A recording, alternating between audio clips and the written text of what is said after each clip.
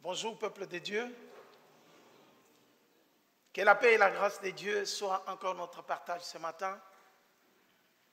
Je vous bénis au nom du Seigneur Jésus-Christ.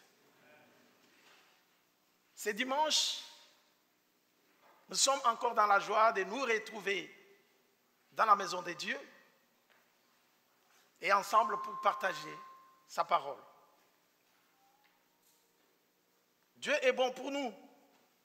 Et nous devons l'élever. Je reviens encore sur ce que Myriam nous a dit. Peut-être nous avons passé une semaine surchargée, plein de problèmes. On est fatigué. Peut-être on a eu des nouvelles qui ne sont pas réjouissantes, qui créent en nous le chagrin, le douleur, le pleur, la tristesse. Mais j'aimerais qu'en ce dimanche, par la foi, que nous puissions faire confiance en Dieu. Moi-même, je ne savais pas pourquoi, à chaque fois que j'ai prié, avant de prêcher, le Seigneur me donnait toujours le message de la foi. J'ai dit, mais qu'est-ce qui se passe? Quand je prie, je veux prêcher, je reviendrai toujours sur la foi. J'ai dit, ah bon? C'est pourquoi? En me posant plusieurs questions, le Saint-Esprit a commencé à me parler. Pourquoi je te donne le message sur la foi? C'est puisque la foi est comme l'ancre qui retient le bateau. Vous voyez le bateau, la grandeur du bateau, n'est-ce pas? Ces bateaux-là qui prend des tonnes et des tonnes de marchandises, de voitures, de véhicules dedans, est arrêté, est stoppé, stationné, s'accoste, juste quand on jette l'ancre. Et le bateau ne peut plus partir. Toute cette grosse masse ne peut plus partir puisqu'il y a l'ancre qui est accrochée quelque part. Et ce n'est pas ces moyens que nous pouvons vivre et voir des choses qui dépassent notre entendement. Puisqu'on ne peut pas s'imaginer que l'ancre peut arrêter tout un bateau avec des charges et des charges. Et en plus de cela, le Seigneur me fait comprendre que quand le diable veut détruire la vie de quelqu'un, il commence d'abord par détruire sa foi. Une fois, permettez-moi la tautologie, une fois que la foi est détruite, c'est fini, l'homme devient vulnérable. Et le diable peut le balancer partout où il veut.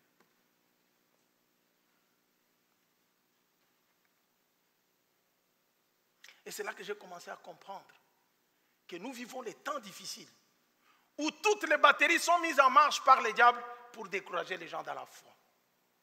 Et quand la foi n'est plus, la confiance n'est plus en Dieu. Et c'est fini, on est perdu. Nous vivons des temps difficiles où tout est fait pour décourager notre foi. Or, comme Hébreux 11:6 nous le dit, or, sans la foi, il nous est impossible d'être agréable à Dieu.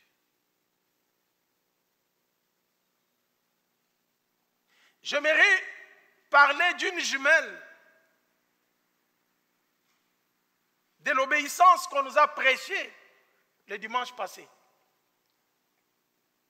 L'obéissance, la clé de la bénédiction, n'est-ce pas? C'est par l'obéissance que nous avons la bénédiction. C'est pourquoi j'aimerais venir compléter aujourd'hui, ces messages qu'on nous avait donnés les dimanches passés, on nous a montré comment Abraham a obéi à Dieu. Mais il n'y a pas l'obéissance s'il n'y a pas la foi. C'est pourquoi j'aimerais ajouter aujourd'hui que c'est par la foi, qui est la confiance totale que nous avons en Dieu, que nous pouvons alors obéir. S'il n'y a pas la confiance, s'il n'y a pas la foi, l'obéissance ne peut pas se manifester. Autrement, je dirais, c'est notre foi qui nous pousse à obéir. C'est notre confiance totale que nous avons en Dieu qui nous pousse à agir quand il nous dit d'agir. Sinon, si nous avons une réticence, nous n'allons pas agir. N'est-ce pas qu'on vous a déjà demandé de poser un geste? Vous vous êtes dit, non, non, je ne le fais pas. Je ne suis pas convaincu, je ne le fais pas. Alors que si vous avez confiance en quelqu'un, il suffit qu'il vous dise de faire ça. Vous avez tellement confiance en lui que vous pensez qu'il ne peut pas me vouloir du mal en me demandant de faire ça, mais je vais le faire puisqu'il m'a demandé. C'est cette confiance que Dieu a besoin pour ces derniers temps.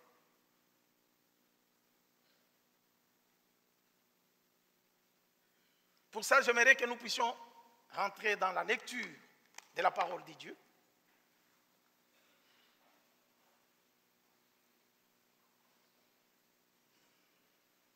Genèse chapitre 22.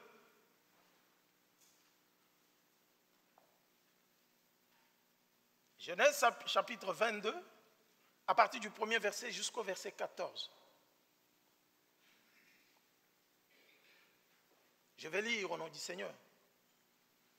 Après ces choses, Dieu mit Abraham à l'épreuve et lui dit, Abraham, et il répondit, mais voici. Dieu dit, prends ton fils, ton unique, celui que tu aimes, Isaac, va-t'en au pays de Morija et là, offre-le en holocauste sur l'une des montagnes que je te dirai. Abraham se leva de bon matin, sella son âne et prit avec lui 2 serviteurs et son fils Isaac. Il fendit du bois pour l'holocauste et partit pour aller au lieu que Dieu lui avait dit. Le 3e jour, Abraham leva les yeux et vit le lieu de loin. Et Abraham dit à ses serviteurs, restez ici avec l'âne, moi et le jeune homme, nous irons jusque-là pour adorer et nous reviendrons auprès de vous. Abraham prit le bois pour l'holocauste, les chargea sur son fils Isaac et porta dans sa main le feu et le couteau. Et ils marchèrent tous deux ensemble. Alors Isaac parla à Abraham, son père, et dit, mon père. Et il répondit, mais voici mon fils. Isaac reprit, voici le feu et le bois, mais où est l'agneau pour l'holocauste? Abraham répondit, mon fils, Dieu se pourvoira lui-même de l'agneau pour l'holocauste. Et ils marchèrent tous deux ensemble. Lorsqu'ils furent arrivés au lieu que Dieu lui avait dit, Abraham y éleva un autel et rangea le bois. Il y a son fils Isaac et le mit sur l'autel par-dessus le bois. Puis Abraham étendit la main et prit le couteau pour égorger son fils. Alors l'ange de l'Éternel l'appela des cieux et dit, Abraham, Abraham. Et il répondit, mais voici. L'ange dit, n'avance pas ta main sur l'enfant, ne lui fais rien, car je sais maintenant que tu crains Dieu et que tu ne m'as pas refusé ton fils, ton unique. Abraham leva les yeux et vit derrière lui un bélier retenu dans un buisson par les cornes. Et Abraham alla prendre le bélier et l'offrit en holocauste à la place de son fils. Abraham donna à ces lieux le nom de Jéhovah Jireh, c'est pourquoi l'on dit aujourd'hui à la montagne de l'Éternel, il sera pourvu. Amen. Nous voulons bénir ton Saint-Nom encore ce matin. Seigneur, nous nous disposons à t'écouter. Parle-nous, car tu es notre Dieu. Ta parole est esprit et vie. C'est par ta parole que nous avons la vie. Nous te prions, Père, que cette parole nous transforme. Au nom de Jésus. Amen. Le texte que nous venons de lire, bien-aimés, c'est un texte que nous avons déjà lu, peut-être nous avons déjà entendu, peut-être nous avons étudié même à l'école l'histoire d'Abraham. Nous connaissons que c'est le père de la foi. Et cette foi est venue pas d'une manière simple. Et quand on parle de la foi d'Abraham aujourd'hui, c'est puisqu'il y a eu de preuves qu'Abraham est un homme de foi. Sans la foi, nous ne pouvons pas obéir à Dieu. Si l'obéissance est la clé de la bénédiction, mais l'origine de l'obéissance, c'est la foi.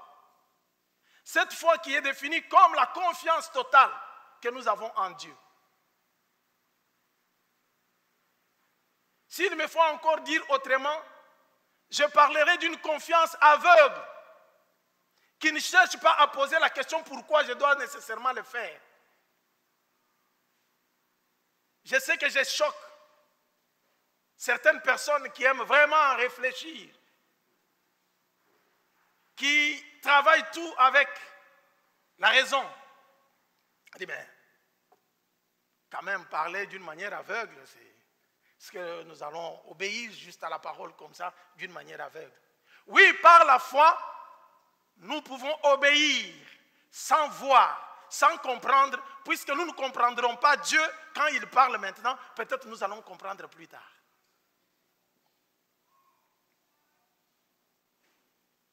La foi nous pousse à agir quand Dieu nous demande d'agir, sans toutefois chercher à comprendre d'abord le pourquoi. Puisque au finish, c'est Dieu qui aura toujours raison. Nous comprendrons trop tard qu'il fallait le faire au moment où on nous a dit de le faire, puisque c'est lui qui nous dit de le faire et c'est lui qui aime notre bonheur. Et il le fait pour notre bien. Ne pas faire quand Dieu nous dit de le faire, c'est de l'incrédulité. C'est contester Dieu.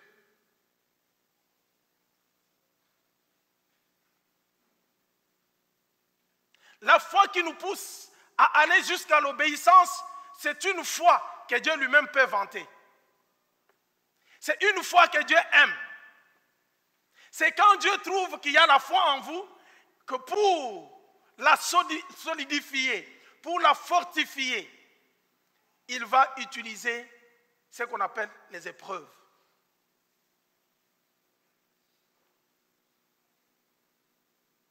Je ne parle pas des tentations. Dieu ne tente pas les gens.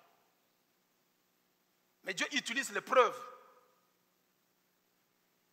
pour avoir la preuve de nos foi, de notre foi. C'est pourquoi le thème du message d'aujourd'hui, je l'ai intitulé « L'épreuve fait la preuve de la foi ». L'épreuve fait la preuve de la foi. Puisque si nous avons une foi qui n'est pas éprouvée, comment pourrons-nous nous rendre compte qu'il y a la véritable foi? C'est très difficile de parler de la foi s'il n'y a pas la preuve de la foi. Si nous ne voyons rien, c'est pourquoi Jacques dit, montre-moi ta foi, mais moi je vais te montrer les actes. On reconnaît la foi de quelqu'un par les gestes qu'il pose, par les actes qu'il pose. Et ces actes arrivent au moment des épreuves où nous sommes obligés maintenant de choisir ce qu'il faut faire. Quelle position prendre? Que faut-il faire? Bien-aimés, notre foi sera toujours sujet d'épreuves chaque fois pour que nous puissions grandir. Sans les épreuves, nous ne pouvons pas passer de l'étape inférieure à l'étape supérieure. Ça se remarque, ça se voit même dans nos études. Qui est cet étudiant qui étudie pour passer d'une promotion à l'autre sans passer par les épreuves? C'est par les épreuves qu'on va dire qu'il est capable maintenant de passer dans telle ou telle autre promotion. C'est de la même façon avec notre marche dans la foi, avec le Seigneur. Le Seigneur utilise les épreuves pour que notre foi soit solidifiée, purifiée. C'est comme de l'or. Pour les dames qui aiment beaucoup les bijoux d'or, ils savent comment tester, ils regardent comme ça, ils disent ça c'est de l'or pur.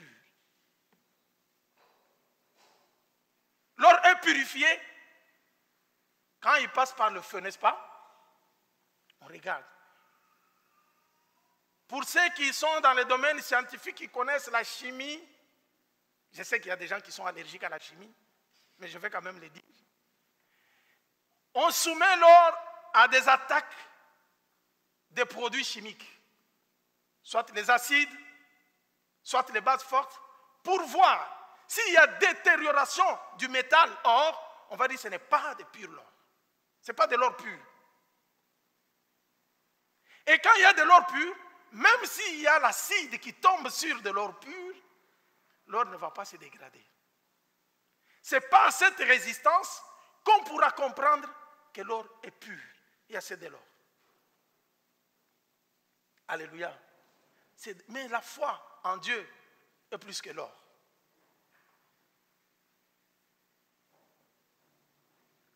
Revenons maintenant sur le cas d'Abraham. Dans ce texte de Genèse 22,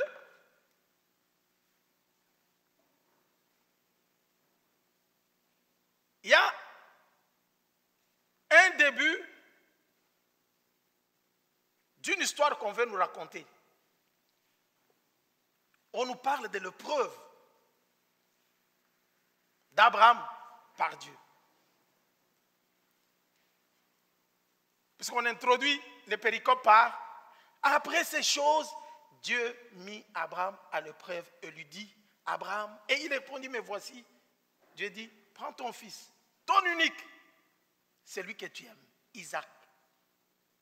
Va-t'en au pays de Morija, et là, offre-le en holocauste sur l'une des montagnes que je te dirai. Et Abraham se leva de bon matin, sella son âne et prit avec lui 2 serviteurs et son fils Isaac.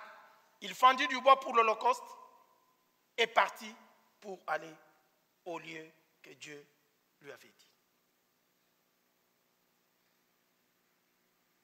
Rappelons-nous, bien-aimés, de l'histoire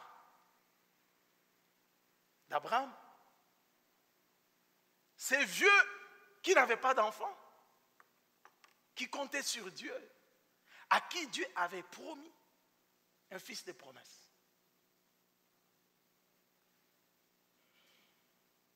Et pour l'avoir, il fallait qu'il ait 100 ans.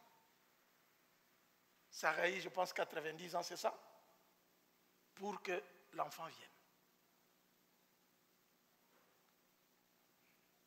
Cet enfant qui est la promesse de Dieu, qui est l'accomplissement de la promesse de Dieu. Quand Abraham se posait beaucoup de questions, à un moment, quand Dieu dit à Abraham, je te bénis, je te bénirai, vas-y et tout ça, Abraham dit, je pense, Genèse chapitre 15, il dit, que me donneras-tu, Seigneur? Je m'en vais sans enfant.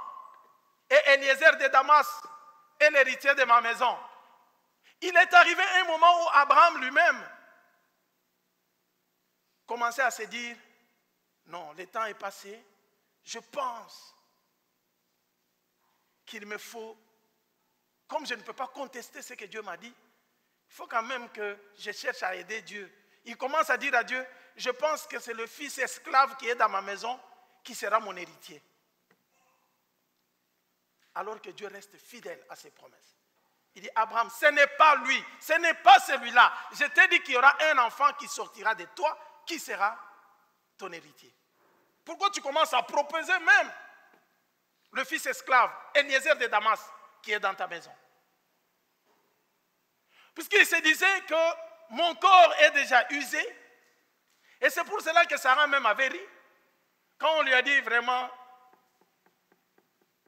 l'année prochaine, à ce même temps, Sarah aura un enfant. Vous savez que Sarah qui était à la cuisine a ri.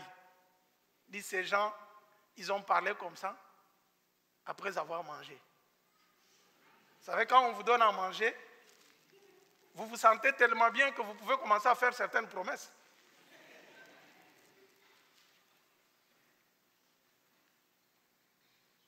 Mais Dieu ne pouvait pas être influencé par la nourriture. La parole de Dieu est la vérité. Amen. Dieu dit à Abraham, connaissant déjà qu'il avait un corps usé et que sa foi était sur le point presque zéro. Vous savez qu'il y a des circonstances qui peuvent arriver qui font que nous puissions même, nous risquons même de perdre totalement la foi. Vous dites, mais pour ça, je ne crois pas qu'il y aura quelque chose. N'est-ce pas? Ça ne vous est jamais arrivé? C'est pourquoi les disciples pouvaient prier, dire à Jésus, augmente notre foi. Parce que la foi, c'est but à des problèmes et commence à bouger. Des fois, on bascule dans l'incrédulité. Est-ce que réellement Dieu est avec moi?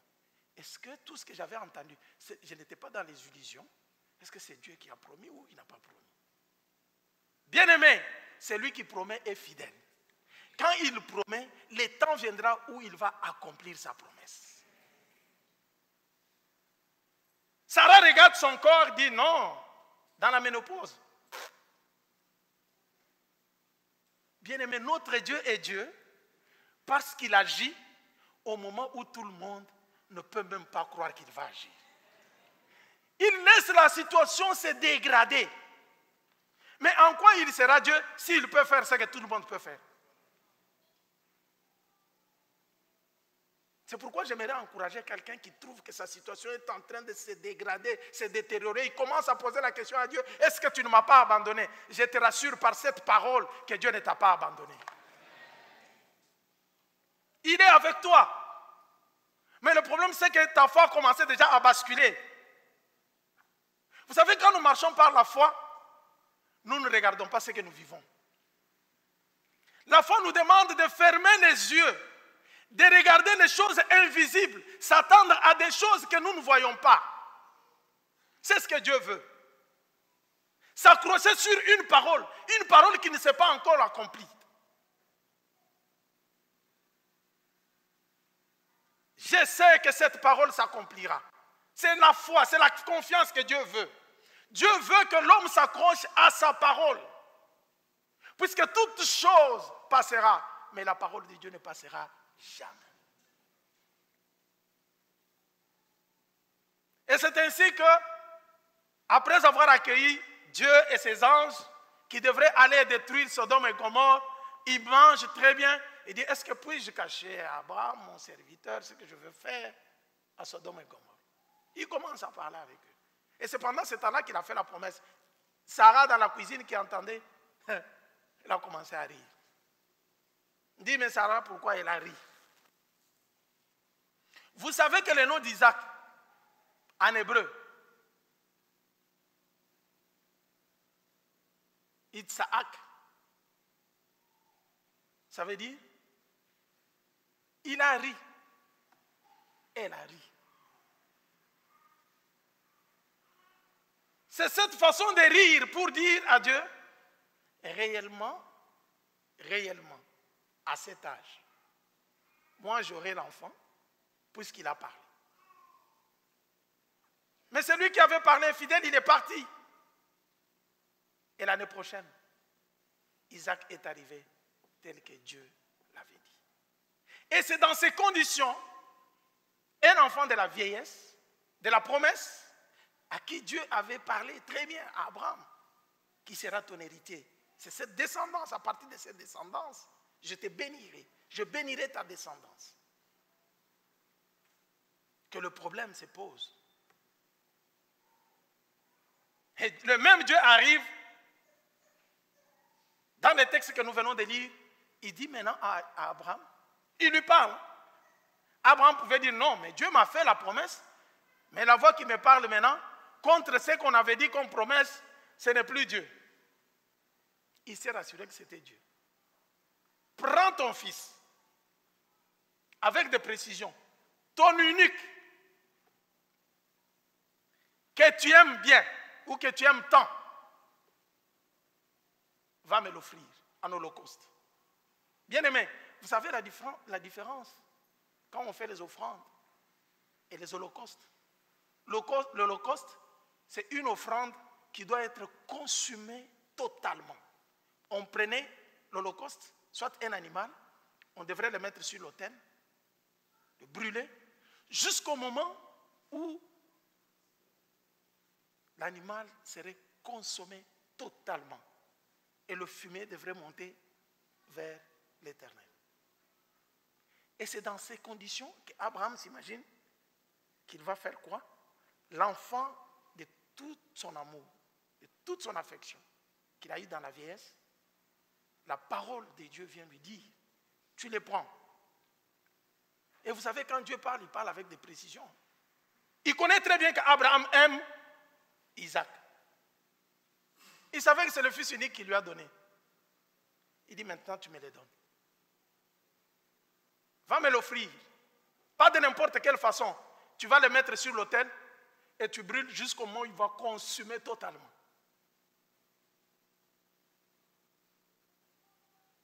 Pour les parents qui sont ici, vous n'avez pas, peut-être vous n'avez pas de fils unique, mais demandez-vous, posez-vous la question s'il s'agit de votre fils.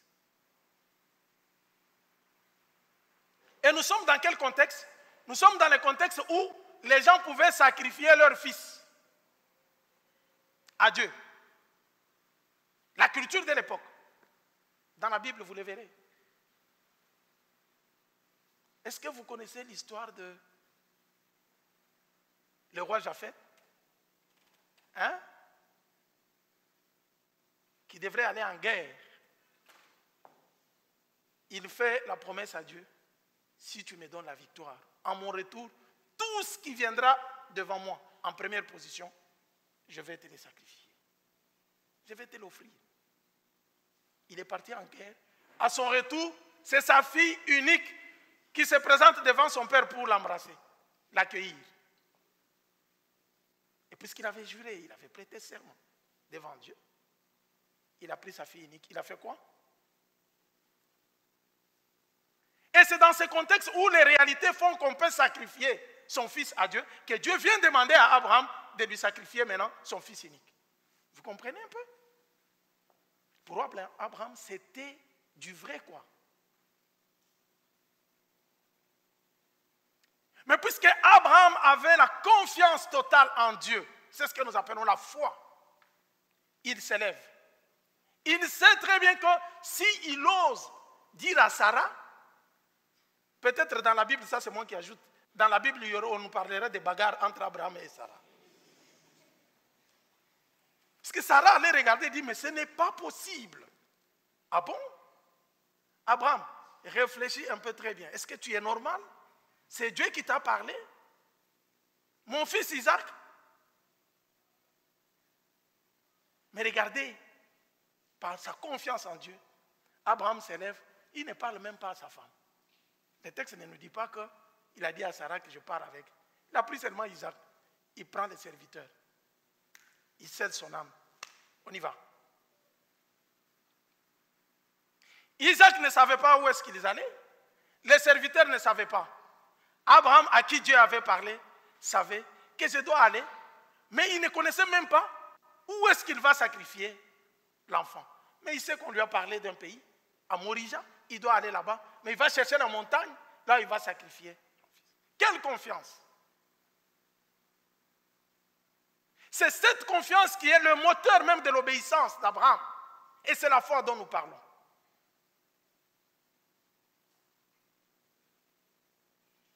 Abraham fait confiance en Dieu, il croit en Dieu, il s'élève, il ne connaît pas très bien là où il va sacrifier Isaac. Il dit, mais je veux juste sacrifier Isaac. Dieu le regarde, Dieu l'observe.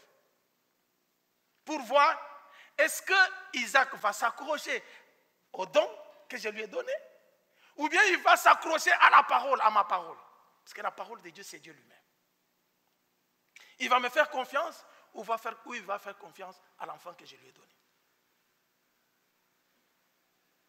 Et c'est comme ça qu'Abraham avance, s'en va avec Isaac et les deux serviteurs.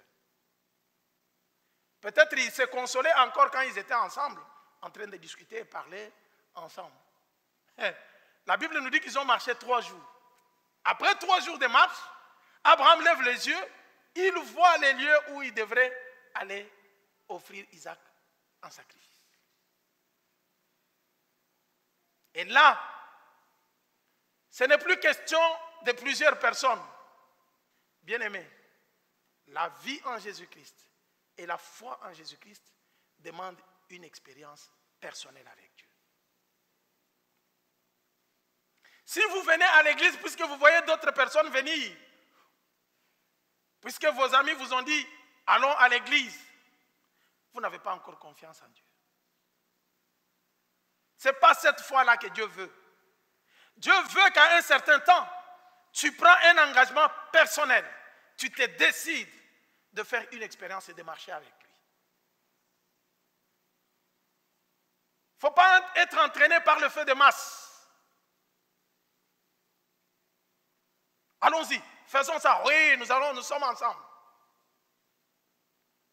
Mais quand le problème arrive, chacun répond seul devant Dieu. C'est pourquoi dans la foi, nous devons savoir marcher avec le Seigneur. Prendre des décisions pour dire, moi je le fais pour Dieu. Puisque la parole de Dieu me dit de le faire, je le fais. Si la parole de Dieu t'interdit de le faire, même si ton boss te dit, fais-le. Par la foi, obéis à Dieu plutôt qu'à ton boss. Alléluia. Quelqu'un peut dire Amen très bien. Amen. Non, tu sais, comme tu n'as pas de boulot, tu es dans la souffrance. Écoute, toi tu es là, tu seras une voyante. Tu vas commencer à prédire les choses. Comme les gens qui sont en France ne te voient pas, ils vont te poser la question. Il faut leur dire, je vois ça. Tu commences à mentir. On t'apprend bien à mentir. Et on va te payer combien? 2 000 dirhams ou 3 000 dirhams par mois. Même si on te paye 5 000 dirhams. Tu vas accepter maintenant de commencer à aller à l'encontre de la parole de Dieu pour avoir l'argent. Mais je te dis que l'or et l'argent viennent de Dieu. Par la foi, il faut dire, je n'accepte pas de faire ça, mais je sais que mon Dieu ne m'abandonnera pas. Il pourvoira. Il pourvoira, comme Abraham l'a dit.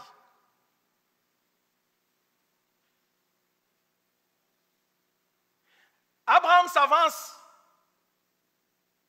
Il voit les lieux, il dit, maintenant les serviteurs restent ici. C'est fini.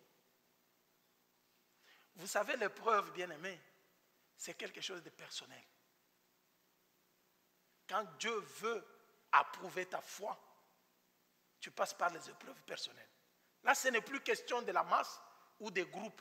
Oui, il y a des épreuves qui peuvent arriver pour une paroisse. Il y a des épreuves quand Dieu veut que la paroisse monte dans une autre dimension. Mais sachez-le, pour fortifier votre foi, Dieu utilisera des épreuves personnelles. C'est par ces épreuves qu'on saura si vous aimez Dieu vraiment, ou vous lui faites confiance, ou soit vous faites confiance à autre chose. C'est par ces épreuves que Dieu voit que réellement cet homme a la foi, a confiance en moi. Vous savez que dans la plupart des temps, il nous arrive des fois où nous nous glorifions bien puisque nous n'avons jamais été exposés à des épreuves. Heureusement que Dieu est bon. Quand il sait que tu n'es pas fort dans la foi, il ne va pas permettre que tu aies une preuve qui peut te faire tomber. Puisqu'il y a des gens qui n'attendent que des petites épreuves pour déposer les armes et dire bye bye. Un petit rien. Vous vous disputez avec un frère. Même dans votre famille, même père, même mère, il n'arrive pas que vous puissiez vous disputer entre frères et sœurs. Dans cette église-là, il n'y a pas d'amour. Il n'y a pas d'amour. Vraiment, Dieu n'est même pas là et je pars. Frère, on ne te voit plus. Moi, je peux venir là où il n'y a pas l'amour. Cherche là où il y a l'amour. Vas-y. À moins qu'il n'y ait pas de gens. Quand il y aura des gens, il y aura encore des accrochages. Tu quitteras encore là-bas, à la recherche de l'amour. Commence par manifester l'amour toi-même. Pose-toi la question, est-ce que j'ai l'amour? L'amour nous demande aussi de supporter certaines choses.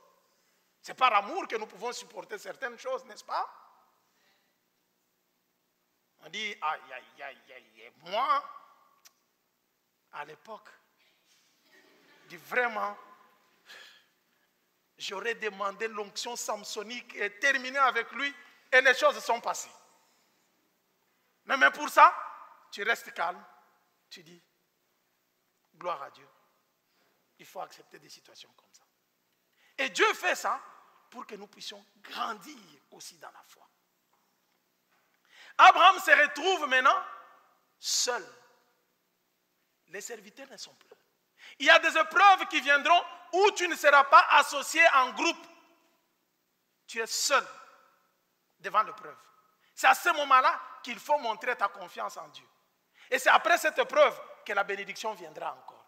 Quand vous restez attaché à Dieu, c'est lui le donateur. Il dit maintenant, comme il est accroché au donateur, mais tous les dons lui appartiennent. Et c'est ce qui est arrivé à Abraham. Là, il n'y avait plus de serviteurs. Sur cette montagne, les serviteurs ne pouvaient pas arriver. Il doit rester.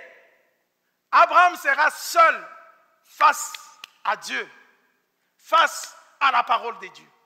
Et il arrive, il monte l'autel.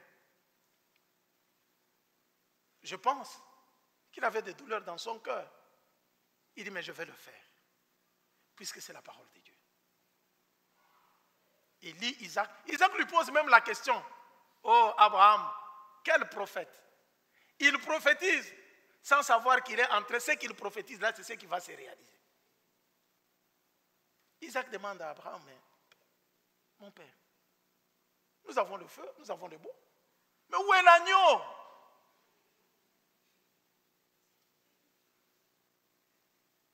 Non, Abraham ne lui a pas dit que c'est toi l'agneau.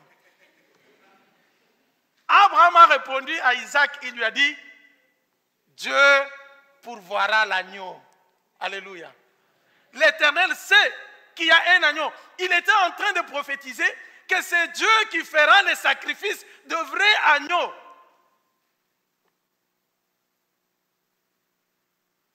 Et il a dit même aux serviteurs, vous restez ici. Nous allons juste pour adorer le Seigneur et nous reviendrons vers vous. Alléluia. Il était en train de prophétiser que moi je pars et je vais revenir. C'est pourquoi, bien aimé, par la foi, il faut savoir déclarer les choses. Il y a des gens qui sont devant des situations, ils ne savent même plus parler. Mais par la foi, il faut savoir déclarer les choses. Parce que la parole a une puissance que vous ne pouvez pas vous imaginer. Mais il va à obéir Dieu. Il prend Isaac, il le lit, il le met sur l'autel. Dès qu'il lève le couteau pour l'égorger, l'ange intervient. Le fils unique devrait être offert en sacrifice, en holocauste. Comme les dieux de l'Ancien Testament, pour notre lecture chrétienne, de la nouvelle alliance était un Dieu qui marchait petit à petit dans sa révélation pour montrer l'image de ce qui devrait venir s'accomplir. Dieu était en train de donner un message par Abraham, qui est le père de notre foi, qu'il arrivera un moment où lui-même va donner son fils unique. C'est pourquoi l'Isaac est l'image de Jésus-Christ. Quand Dieu intervient, la parole qu'Abraham avait prononcée s'accomplit. Dieu pourvoira. Dieu lui dit, ne porte pas la main sur Isaac. Ne le tue pas. J'ai vu que tu ne me l'as pas refusé. Le fait de lier Isaac, de le mettre déjà sur l'autel, c'était déjà les sacrifices. L'acte qu'il avait posé, il avait déjà obéi à la parole de Dieu. L'acte montrait déjà que Isaac était le sacrifice et l'holocauste qui devrait être offert à Dieu. C'est la mort d'Isaac, l'intervention de Dieu pour dire ne le tue pas, j'ai vu que tu crains Dieu. Regarde dans le buisson, il regarde dans le buisson, il ne voit pas l'agneau, il voit un bélier. Alléluia. Le bélier, c'est le père de l'agneau. Vous connaissez ça, n'est-ce pas? Quand il prévoyait l'agneau, Dieu prévoyait le père de l'agneau. Le père, le vrai père, devrait pourvoir quelque chose qui était père.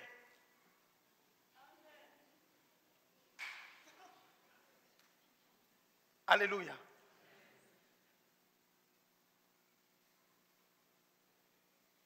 Dieu pourvoira l'agneau. Et dès qu'il prend le bélier, il offre à Dieu. Et vous verrez que la bénédiction est arrivée. Cette obéissance est le produit de la confiance totale qu'Abraham avait en Dieu. Et c'est cette confiance qui est la jumelle de l'obéissance que je parlais. La foi est la jumelle de l'obéissance. Sans la foi, il n'y a pas l'obéissance. Et l'obéissance ne peut pas marcher aussi sans la foi. La foi ne peut pas marcher sans l'obéissance. Comment vous me dites que vous avez la foi si vous n'obéissez pas à Dieu? Ce sont les deux paramètres inséparables. C'est par la foi qu'on obéit.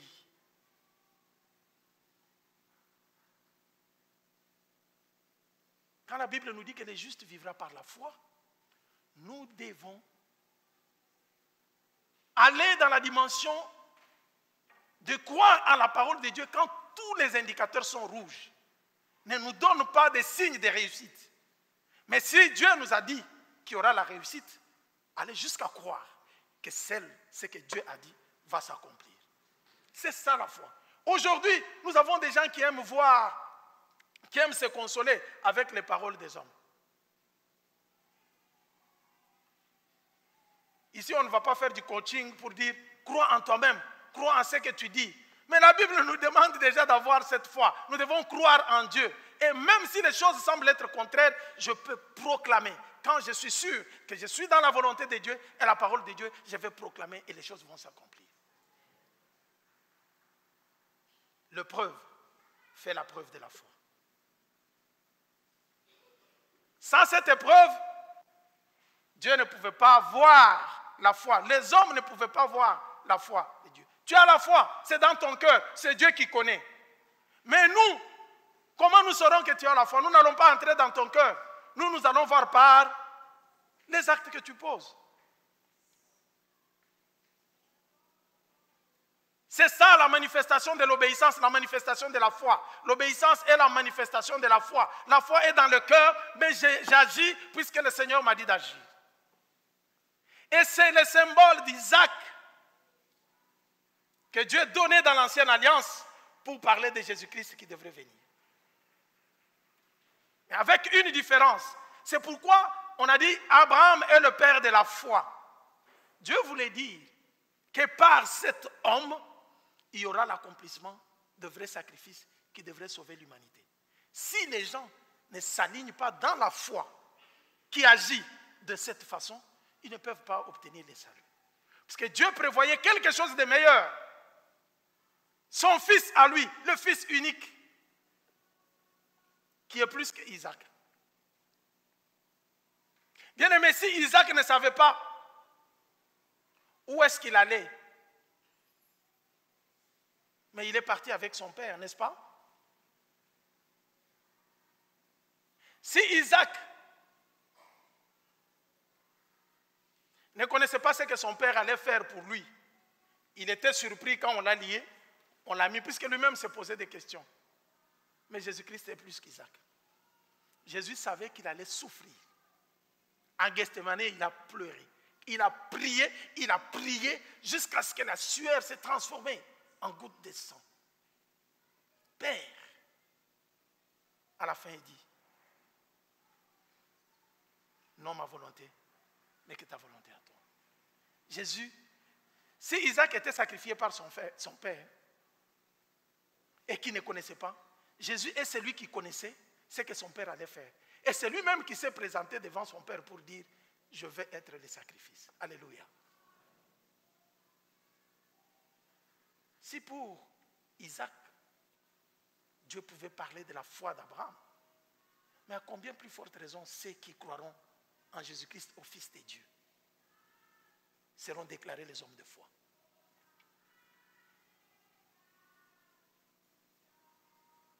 Bien-aimés, c'est par les épreuves que notre foi peut être prouvée. Ne parle pas que je résiste trop à l'argent si vous n'avez jamais été exposé à l'argent. Il faut que vous travaillez là où vous manipulez de l'argent, qu'on sache que vous n'êtes pas voleur de l'argent. Ah, mais il a pris l'argent, il a fait ça. Mais le jour où on t'aimait, là où tu as l'occasion de voir l'argent qui entre sans être contrôlé, c'est à ce moment-là qu'on verra la foi. Même si vous pouvez nous tromper, mais vous n'allez pas tromper Dieu puisque Dieu vous voit. Alléluia. Il y a des chrétiens qui disent, bon, vous savez, moi je ne peux pas tomber. Tu sais, les histoires des filles sont passées depuis longtemps, l'adultère ou l'impudicité. Mais c'est puisque vous n'avez jamais été exposé comme ça. Vous savez qu'il y a des gens que Dieu ne veut pas donner beaucoup de moyens, des jeunes gens qui disent, Seigneur, je suis dans la souffrance, donne-moi l'argent et tout ça. Le Seigneur nous gère d'abord très bien. Quand il sait que vous êtes faible dans la foi, et que si, avec cette petite somme d'argent, tu vas commencer à insulter le monde entier, il ne va pas te donner.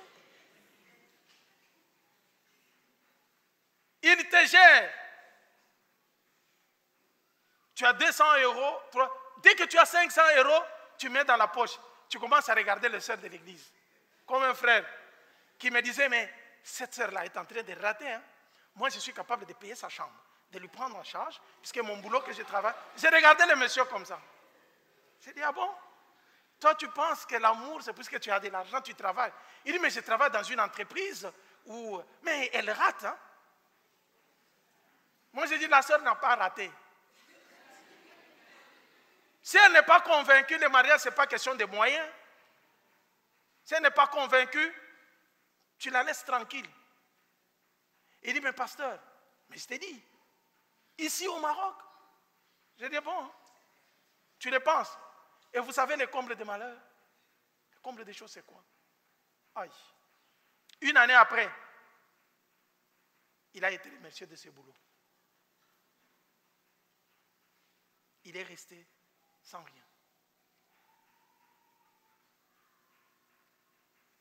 Je ne pouvais pas aller lui dire, frère, tu vois qu'il ne faut pas compter. Il allait dire, ça c'est un mauvais pasteur. Je l'ai encouragé tout simplement, j'ai dit, viens on prie. On ne s'accroche pas aux dons, mais on s'accroche au donateur. Tu ne peux pas conditionner le mariage, qui est l'institution divine, à ce que tu as comme moyen. Il faut être convaincu de ce que le Seigneur te donne. L'épreuve fait la preuve. Il y a eu Job dans la Bible qui a été éprouvé par Dieu. Dieu se tape la poitrine devant les diables pour lui dire, tu viens d'où? Je viens de la terre. Dieu lui dit, tu as vu mon serviteur Job? C'est un homme intègre. Dieu est en train de vanter la foi de Job devant Satan. Quelle épreuve! Mais puisque Dieu savait que Job ne va pas l'abandonner. Alléluia. Satan a tout fait, vous connaissez bien l'histoire de Job. C'est pour vous dire que ce n'est pas le fait de la masse. Même la femme de Job.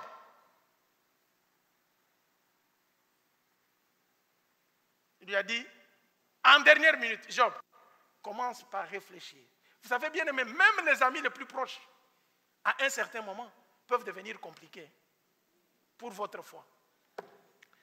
Analysons la situation d'une manière claire. Job, tu as Dieu, les enfants sont partis, ils sont tous morts. Le bien, tu les as perdus. Tu n'as plus rien. Et maintenant, même ton corps est frappé des ulcères. Job, est-ce que réellement tu pries Dieu? Est-ce que tu peux dire que tu as Dieu, un Dieu qui t'abandonne dans cet état? Tu penses que Dieu aime le malheur comme ça? Mais c'est juste pour un temps. Persévère jusqu'à la fin et tu verras l'accomplissement de Dieu. Job est resté. Il a regardé à sa femme. Tu parles comme un insensé. Non, Job, maudit ton Dieu là et meurt. Job a dit, je sais que mon Rédempteur est... Quelle parole de foi, quelle confiance à un Dieu. Il dit, quand j'étais né, qu'est-ce que j'avais amené sur la terre? Rien. Je n'avais rien amené. Les enfants, tout ce que j'avais comme bien, c'est Dieu qui me les a donnés. Mais maintenant qu'il a pris, pourquoi moi je dois l'abandonner? Est-ce que nous pouvons arriver jusqu'à ce point-là? À ce moment-là, même ses enfants, il n'y avait plus d'enfants, même la femme. Ah, pour dire, oh, vous savez, il devrait me soutenir dans la foi, il devrait me dire, chérie, mais pourquoi comme ça? Oh, il arrivera des moments où Dieu préparera les circonstances, même si vous êtes marié, où tu vas traverser seul pour la foi, pour solidifier ta foi, fortifier ta foi. Persévère quand ton mari n'est pas là, quand ta femme n'est pas là, tu es seul devant la situation. Tu dis, pour l'amour que j'ai pour le Seigneur, je ne peux pas faire ça. Je ne trahis pas la race élue. C'est une race qui ne trahit pas des seigneurs. Alléluia.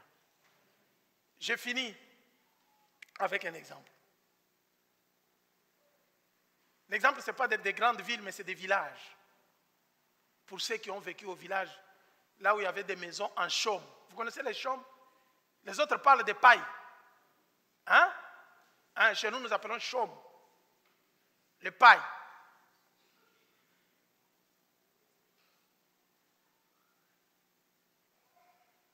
Un jeune homme qui avait accepté Jésus-Christ. Un évangéliste puissant dans un village. Il priait, il prêchait l'évangile dans le village. Les gens avaient accepté le Seigneur. Mais il y avait des gens qui étaient contre lui. Des gens plus proches. Ils disaient, nous allons lui faire du mal. Comment lui faire du mal? Il faut le décourager dans sa foi. Il nous dérange. Le type dit, quand je termine, je vais annoncer l'évangile dans le village voisin. C'est là où je veux aller. Et pour arriver, vous savez, dans la majorité des villages, les villages sont séparés par des rivières, n'est-ce pas? Vous traversez une rivière et vous allez dans un autre village. Il dit, moi je vais aller annoncer l'évangile là-bas. Il se prépare, il fait des moments de jeûne et prière. Il dit, Seigneur, il faut que l'évangile soit annoncé dans ces villages-là. Il faisait confiance à Dieu. Il prie, il jeûne 15 jours, 25 jours. 40, il termine. Les jours qu'il prend la Bible pour partir, aller annoncer l'évangile, dès qu'il sort de la maison, à quelques mètres, une forte pluie s'abat. Il est mouillé partout, il rentre à la maison. Il vient, il commence à prier encore. Il prie. Il dit, je vais aller annoncer. Il fait passer des temps. Dès qu'il veut encore aller annoncer, après des moments de jeûne et prière, Seigneur, je bloque la pluie, qu'il ne tombe pas. Élie a prié pour qu'il n'y ait pas de pluie, il n'a pas plu. J'ai prié, la pluie ne va pas m'empêcher d'annoncer l'évangile. Il sort. Dès qu'il arrive près de la rivière, une forte pluie. Il est mouillé, la rivière déborde et il ne sait pas traverser. Il rentre, déçu. Seigneur, ce n'est pas possible. C'est à cause de l'évangile. Moi, je vais prêcher l'évangile. Pourquoi ça? Mais il devrait avoir la confiance totale en Dieu pendant ces temps, dire au Seigneur, gloire à toi puisque tu as permis qu'il y ait la pluie. Bien aimé, dans certaines circonstances difficiles, je sais que nous pleurons, mais il faut savoir remercier le Seigneur puisque nous ne connaissons pas le vrai problème. Mais lui s'est fâché. Il est arrivé un moment où il a donné l'ultimatum à Dieu. Cette fois-ci, je veux faire 40 jours. Je sors des 40 jours, je sors pour aller prêcher, il pleut, je prends la Bible, je jette, puisque tu es un Dieu qui ne m'exauce pas. Il a fait 40 jours de jeûne et de prière. Il a prié, il a prié, il a prié. Il termine, il dit qu'il n'y ait pas la pluie, moi je vais annoncer l'évangile. Il s'avance. Arrivé à quelques mètres de la rivière, il voit la forte pluie venir de là où il partait. Il dit, je n'abandonne pas, je pars, mais j'attends que la pluie me mouille, que je ne traverse pas. C'est à ce moment-là que je vais faire quelque chose. Il avance. Dès qu'il arrive au niveau de la rivière, avant même d'arriver, il voit que la rivière a déjà débordé avec l'eau qui venait de l'autre village.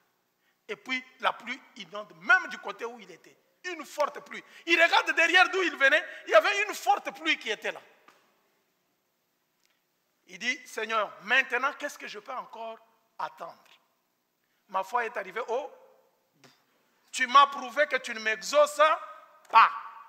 L'œuvre que je fais, ce n'est pas pour moi, c'est pour toi. Maintenant, comme Dieu ne m'aime pas, toi, la Bible, désormais, je ne veux plus te lire. Il prend la Bible, il jette sur la rivière. Et la Bible est partie. Il est retourné. Il dit, autant mieux que j'aille mener ma vie, puisque je ne peux pas. Quelle honte! C'est quand il rentre, dès qu'il arrive, avant d'entrer chez lui, il voit une partie des pailles de la maison qui était brûlée.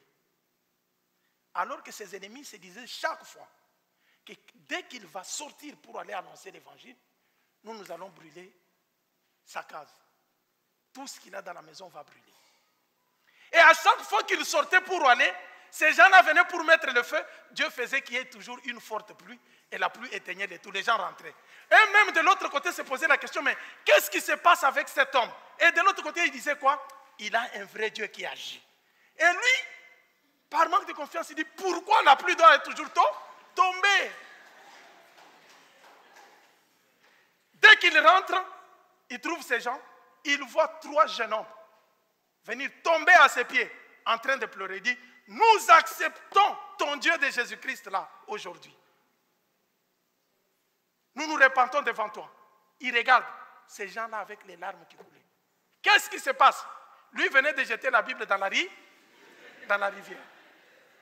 Dès qu'il rentre, il rencontre ces gens qui lui disent, et regarde ce que nous avons toujours préparé comme plan. On savait que tu as un programme pour aller prêcher l'évangile dans le village voisin. À chaque fois que tu sortais, on s'apprêtait dans notre groupe, on s'est préparé pour venir brûler ta maison. Dès qu'on veut venir pour brûler, on arrive à quelques mètres, une forte pluie commence. Il n'y avait pas moyen de brûler. Et à chaque fois, à chaque expérience, voici plusieurs fois que nous avons tenté. Nous avons compris que tu as un Dieu vivant qui agit. C'est pourquoi nous sommes venus pour accepter ton Dieu. Le type est tombé par terre. Il a commencé à pleurer, il dit, Seigneur, pardonne-moi. Alléluia. Dans la foi, il ne faut pas toujours chercher à poser la question, pourquoi? Des fois, la foi que nous avons, c'est une confiance aveugle. Par sa foi, il devrait dire, Seigneur, je te rends grâce pour la pluie à chaque fois que j'arrive. Puisque je ne connais pas les conséquences, pourquoi cette pluie arrive. C'est ça la confiance totale en Dieu. Quel est le niveau de notre foi? C'est par la foi que nous pouvons être bénis. Qu'est-ce qui décourage ta foi? Quel est le problème qui t'amène maintenant à l'incrédulité? Qui te fait penser que Dieu ne peut plus agir? Je te dis qu'il agit. Il est puissant. Il est capable de faire au-delà de ton entendement. Mais ce qu'il nous demande, c'est de lui faire totalement confiance. Que le Seigneur vous bénisse.